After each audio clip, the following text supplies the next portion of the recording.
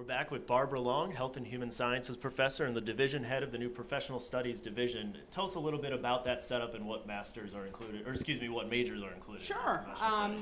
Well, we have three departments in professional studies. We have the Department of Health and Human Sciences, we have Economics, Business Administration, and we have the Department of Teacher Education. In that, we have a lot of majors, so it's probably too many to mention, but things like health and exercise science, elementary education, finance, marketing, for business, those types of things, as well as, certainly athletic training, which we're coming on a big year for athletic training. Absolutely. You're in your 19th year here at the college, and you've definitely seen this place grow a lot. Talk about kind of what you've seen as from a professional standpoint of the growth, and bringing in the first master's program here on campus with athletic training. Sure. Well, when I was hired, I was the second athletic trainer to be hired here at Bridgewater. So at the time, there were only two of us who were working clinically, and I was hired to start the program in education for athletic training. At that time, athletic training was kind of a background piece to the institution, and now it's become, one of the center points when we look at the health care that we provide our athletes. That clearly is enabling our athletic programs to be successful. When I think about in terms of the education aspects, our athletic training students have done some remarkable things. In fact, over the last 10 years, they've been passing their board certification exam at about 90% the first time, and about 80% of them are getting jobs within three months of graduation. So we feel really good about those outcomes. But we're getting ready to graduate our first master's program, so that's one of the things that I'm real excited about. The college has made the decision to go and offer some master's degrees. And this is our second year offering a master's program in athletic training, and so our first class is graduating this May, so that's pretty exciting. Congratulations. And what are some of the advantages of having that master's program?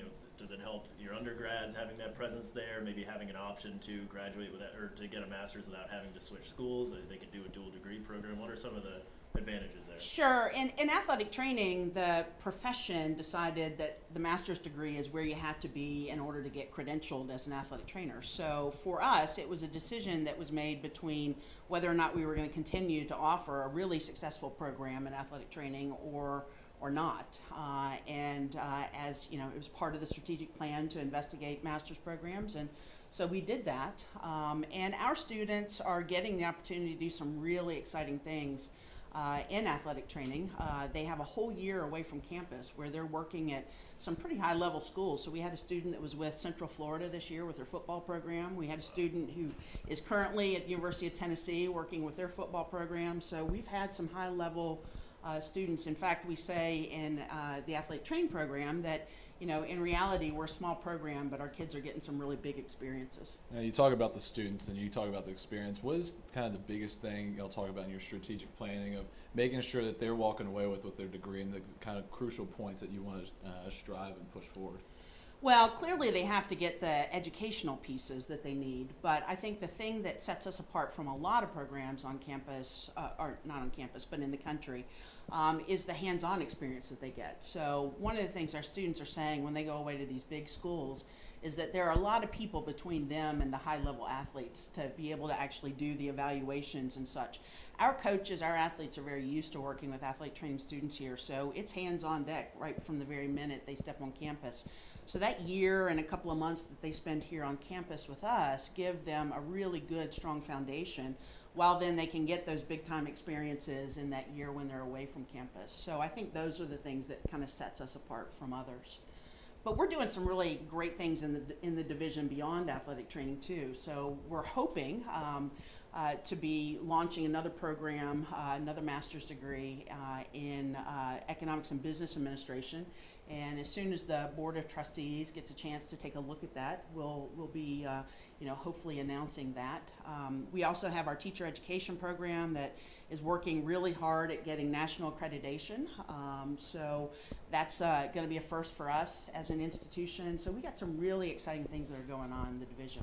Now, speaking of accreditation, I read you were selected as a commissioner for the Athletic Training Accreditation Board. How has that experience been, and what have you learned that you can bring back to Bridgewater? Well, I think, anytime you understand accreditation in one discipline, it translates to almost all the others. So, when I look at the interactions we've had with our regional accreditor, SACS, COC, and, also now working with CAPE accreditation with teacher education, I think that my experiences as a commissioner for the CATIE, which is the commission that accredits athletic training, has been very relevant and gives me an idea of what people are looking for, what site visitors are looking for, and how to write those self-studies to get our programs accredited. Now, on this day of giving, it's very important. A lot of departments rely on the gifts that a lot of people, donors, are giving. Kind of what are the different things and the importance of giving gifts from alumni and donors, and what resources are you able to put it towards? Yeah, so it's really exciting for me. I just spent the 8 o'clock hour in a classroom observing a faculty member teaching, and it just jazzes me. This last week, I have been around looking at different faculty and the things that they're doing in this kind of active learning environment. Teaching is much different than it used to be when I was a student, where you kind of stood up in front of the class and everybody kind of just wrote down everything you said. It's been really fun to see what these faculty are doing, and because of that, they're using lots of resources to get students engaged in the classroom. Some of those resources, I think, are very basic things, not just classroom stuff, but the ability to send our students to conferences.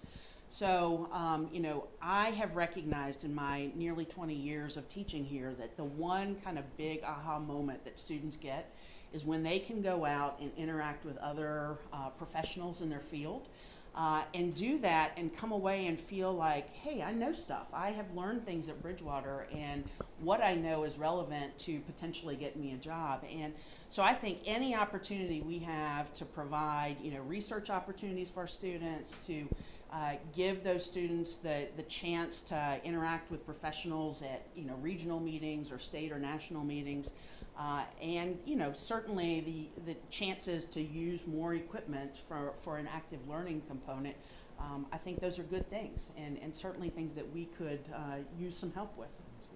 Well, it sounds like a lot of exciting things happening in the division. So, Barbara Long, thank you for your time today.